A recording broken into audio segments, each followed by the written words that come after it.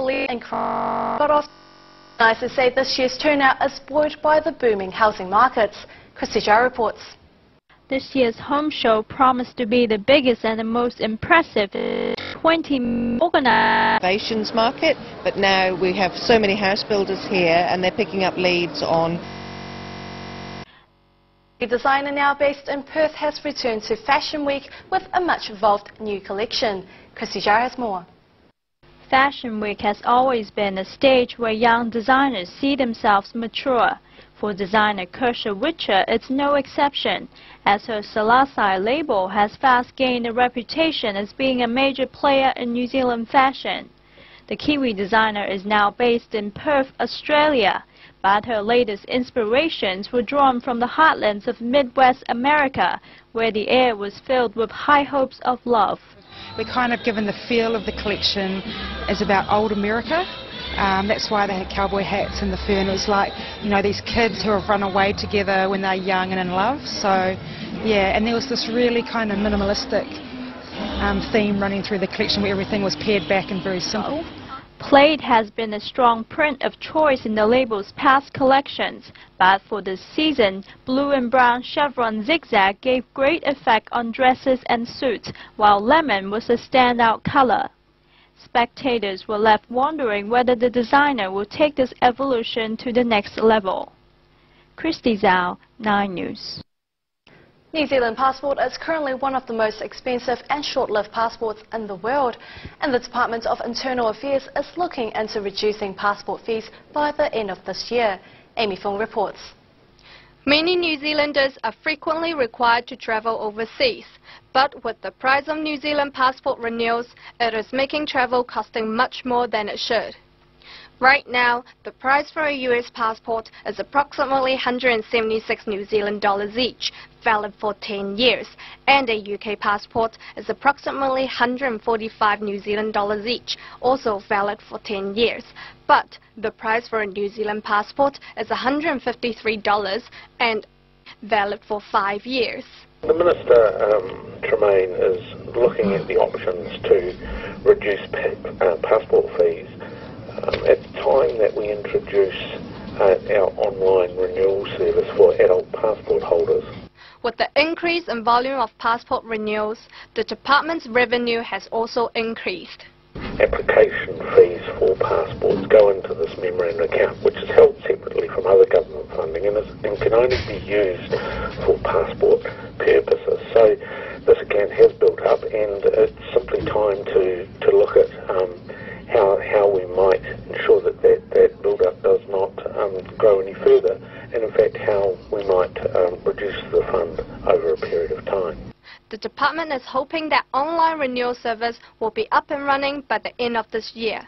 Amy Feng, 9 News.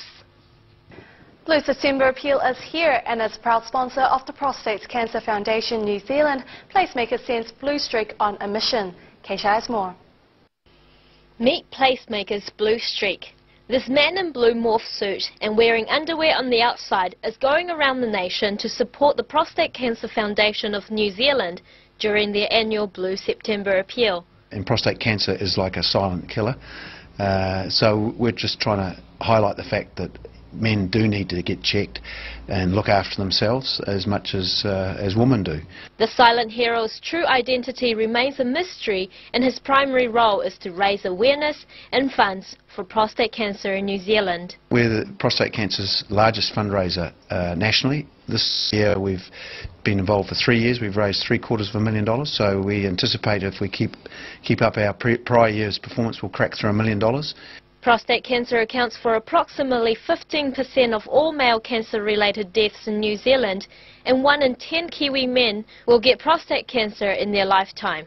Early detection can save lives, so remember to show your support and raise more awareness. Kay Chow, 9 News. After details of the results of medical research, Comvita shares rose 2.7% to a 5-year high of $3.80.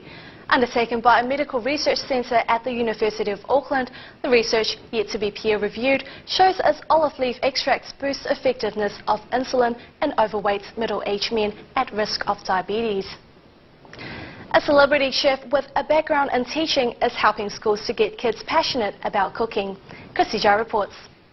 Celebrity chef Brad McGregor is no stranger with kids. The former New Zealand Master Chef winner was a teacher before taking the nation by storm, and he says he's always missed the banter and fun around youngsters.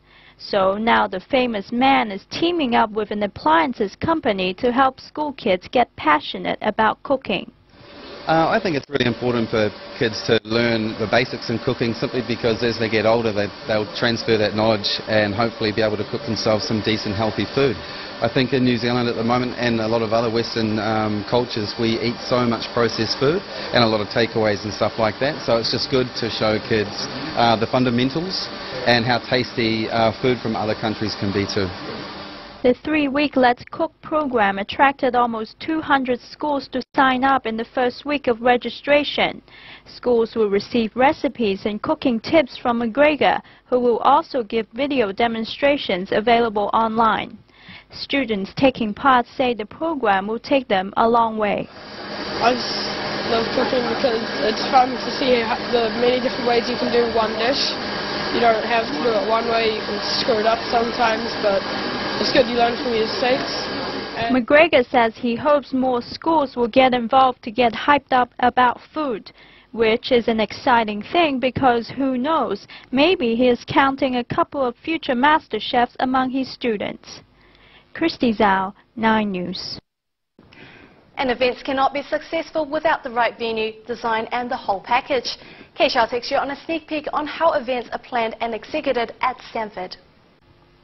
Putting an event together is not an easy task, but with the help of professionals, it can be a breeze.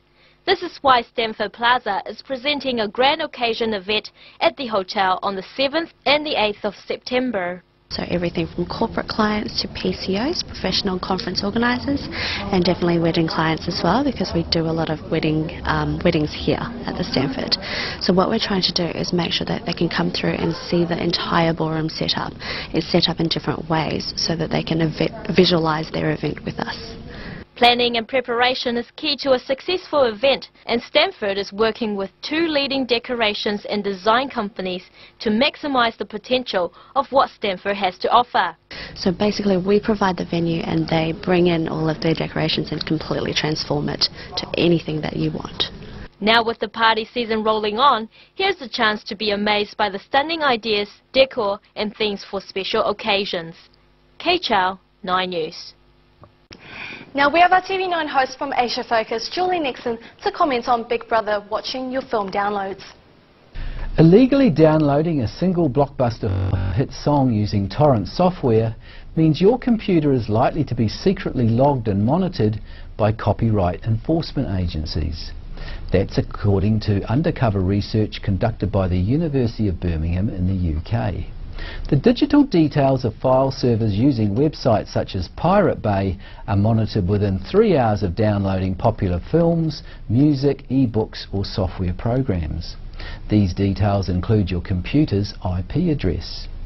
Obtaining a pirate version of the latest Hollywood film is far more likely to result in your computer activity being spied on than if you were, say, looking for an obscure film made in New Zealand that was not widely known due to lack of funding or interest.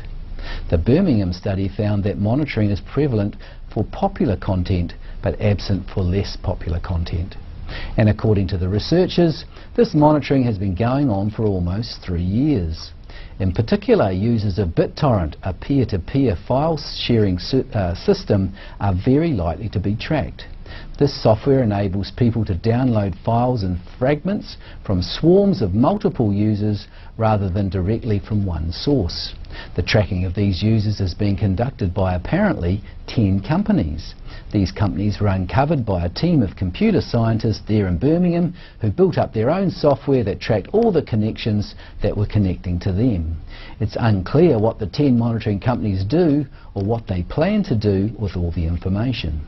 There's been speculation the details could be stored in anticipation of a new and more intense crackdown on file sharers in the courts.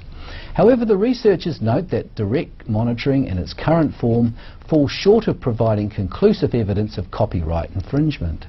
If one download is enough to attract a monitoring firm to the culprit's details, the sheer number of file servers whose internet activity has attracted their attention will be huge. So if you're one of the many who are downloading blockbuster films or hit songs, don't panic, at least for now. However, in the bigger picture, this Big Brother activity is a sign of things to come. Thank you, Julian. Now let's take a short break and we'll be back shortly.